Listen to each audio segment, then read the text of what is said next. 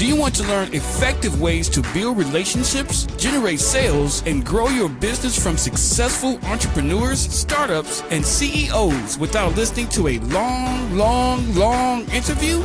If so, you've come to the right place. Gresham Harkless values your time and is ready to share with you precisely the information you're in search of. This is the I Am CEO podcast. Hello. This is Gresh from the IAM274 podcast, and I have a very special guest on the show today. I have Kevin Brown of HRinnovate.org. Kevin, it's awesome to have you on the show. It's great to be here, Gresh. No problem. Super excited to have you on. And what I want to do is just read a little bit more about Kevin so you can hear about all the awesome things that he's doing.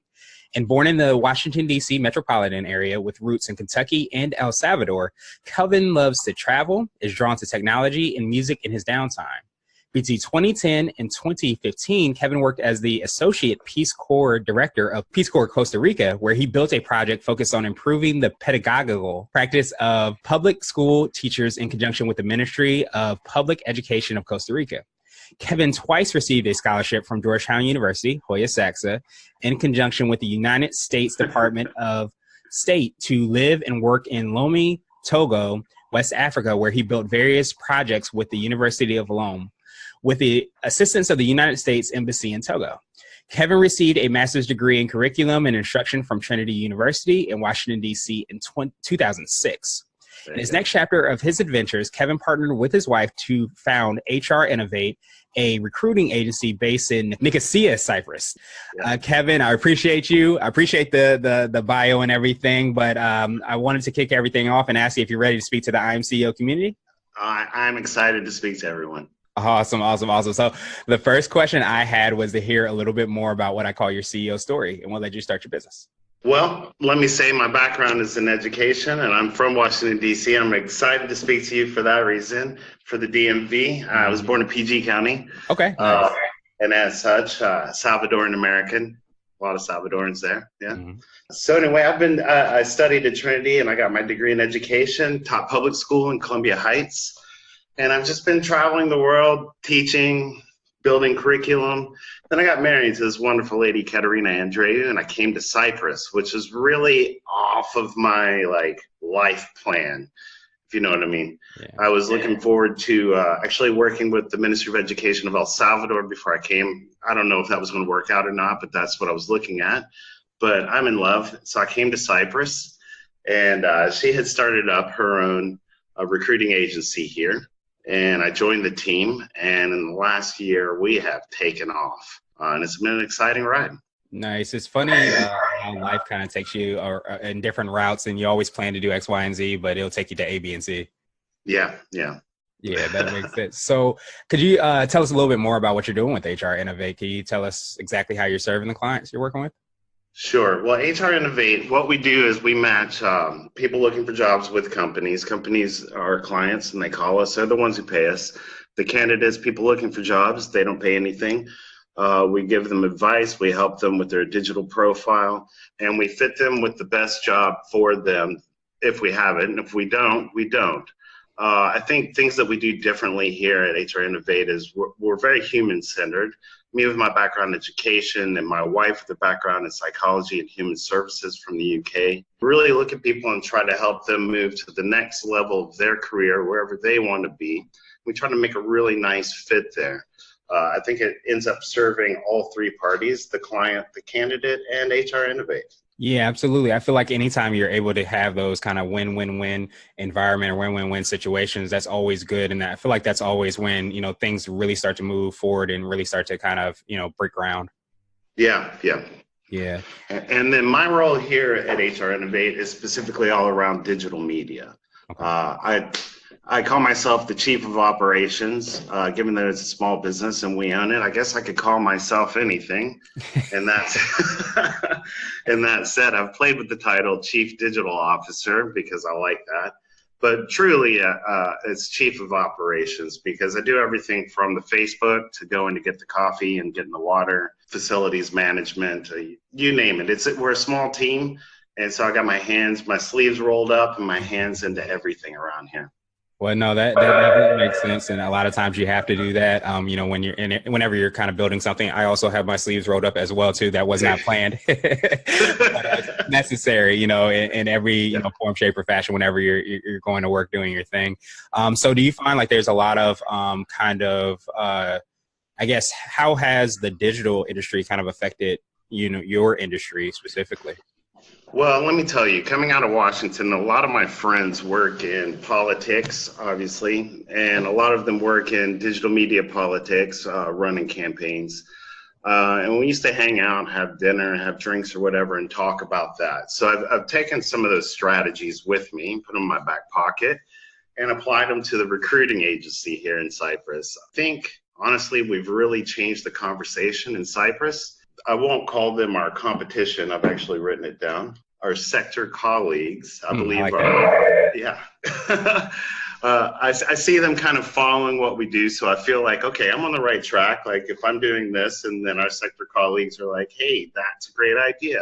We should do that too.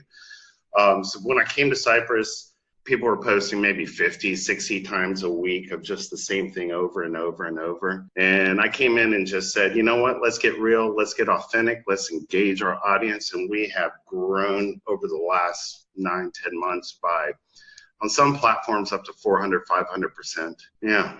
That's awesome. That's awesome. And I feel like, correct me if I'm wrong.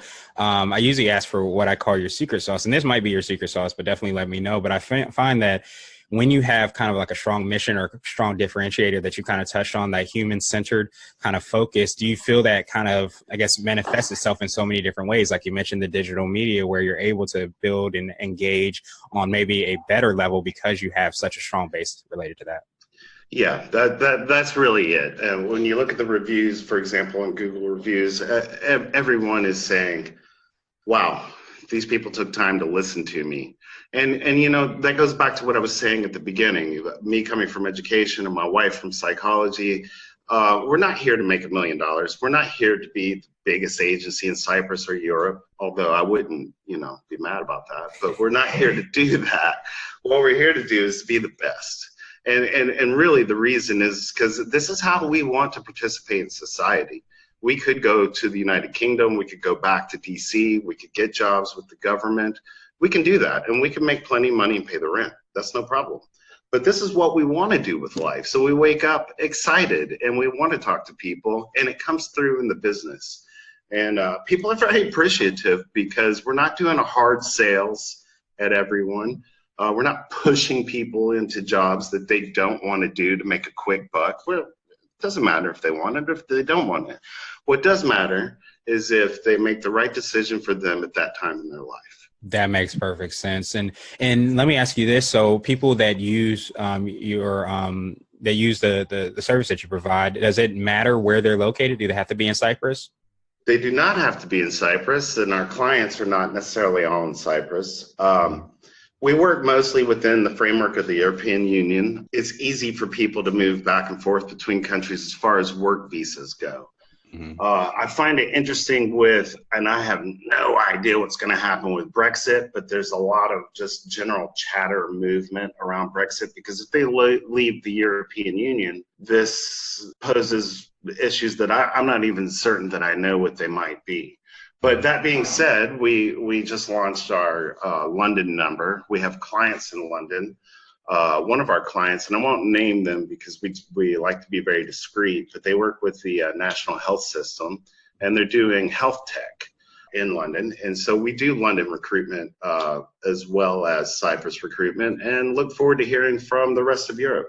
I wanted to switch gears a little bit and ask you for what I call a CEO hack. And this might be an app, a book, or a habit that you have, but it's something that makes you more effective and efficient. I think the biggest thing when my wife and I decided to join forces was to become data-driven. So we stopped making emotional decisions. While I love to design personally, and then when I look at something, I innately know if it's pretty or not, but that's not really how we make our core business decisions. Everything we do is data driven. No, I love that because a lot of times, you get kind of lost in like the emotional part of sometimes business where you are making decisions based off of that. And I think there always is, of course, like you even mentioned, with your core of your business, there is a place for that, but you also want to make sure that you do and are looking at what actually is moving the needle, because that's kind of like what you're in business to do. Now, I wanted to ask you might have already touched on this, for what I call a CEO nugget, and this is a word of wisdom or piece of advice, or if you can hop into a time machine, what would you tell your younger business self? Wow. My CEO advice. I tell you, it's, I was thinking this morning, and my first words early this morning was, what if you asked me about my competition? And I said to myself, well, they're not really my competition, right? Because if it's a competition, it's some sort of race. There's a finish line, a prize. There's no finish line here, right? There's no prize. That's where my wife said sector colleagues. But in that, the question becomes, how to stay focused, and that it's every day. And as a small business, it's not like when I worked for, let's say, the U.S. Department of Labor, and I got up, I teleworked twice a week. I got up, took the train, went to work, smoked a cigarette, had lunch long. It's not like that. This is 4, 5, 6 in the morning. I'm coding 6, 7, 8, 9, 10 at night. I'm still coding, and this is 7 days a week. So how do you stay energized and focused? My wife, Kat, the founder, she just wrote an article about staying healthy, about nutrition, about running. And so it's a great article, and you can check that one out. So that's her strategy. For me, I listened to How I Built This on NPR with Guy Raz. It's just what does it for me, right? And I listen to these people that I admire, who talk about when they were struggling, when they were, just getting started. And that's how I stay focused. So, I think earlier when we set this up, there was a question there, my nugget, and I said, stay authentic, stay focused, it shows. And so for me, that's really what it is. It's just trying to be real, not trying to put on airs about who we are. We are who we are. You don't have to like us. It'd be awesome if you did. But we're going to stay us, and we're going to stay focused, stay the course, and keep going. Absolutely. And I always say, when you stay your course and you're running your own race, there is no competition, just like you touched on, because nobody can run your race like you can. So I love that nugget. And now I want to ask you my absolute favorite question, which is the definition of what it means to be a CEO. We're hoping to have quote unquote different quote unquote CEOs on the show. So I wanted to ask you, Kevin, what does it mean to you? What does it mean to me to be a CEO?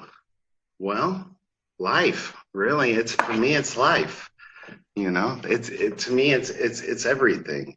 I grew up with a family of, I said on Twitter the other day, hustlers, and people thought that was a bad word, but where I'm from, it's not a bad word. It's just who we are. We're hustlers. When we work hard, we're not trying to con anybody. We just keep going. So, 43 years in now, it's just who I am. And so to me, being a CEO and working in this business, I pulled up in front this morning at 8:30 and thought, yeah, this is exactly it. This is what I want to do. If we can, as long as we can pay the rent and maybe have a bologna sandwich, this is amazing. I'll keep doing it.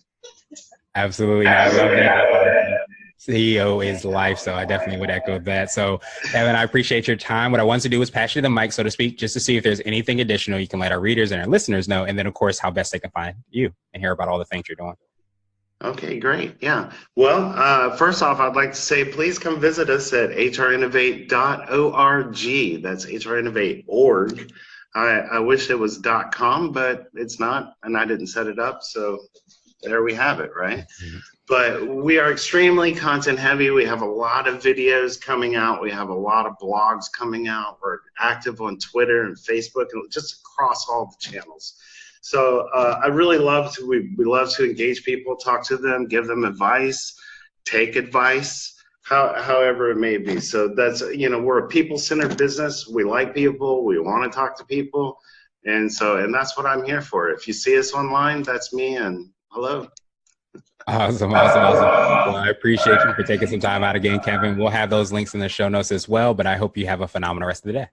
Okay. Thank you very much, Gresh. Thank you for listening to the I Am CEO podcast, powered by Blue 16 Media. Tune in next time and visit us at IAM274.co. IAM274 is not just a phrase, it's a community. Be sure to follow us on social media and subscribe to our podcast on iTunes, Google Play, and everywhere you listen to podcasts. Subscribe and leave us a 5-star rating. Grab CEO Gear at www.ceogear.co. This has been the I Am CEO podcast with Gresham Harkless. Thank you for listening.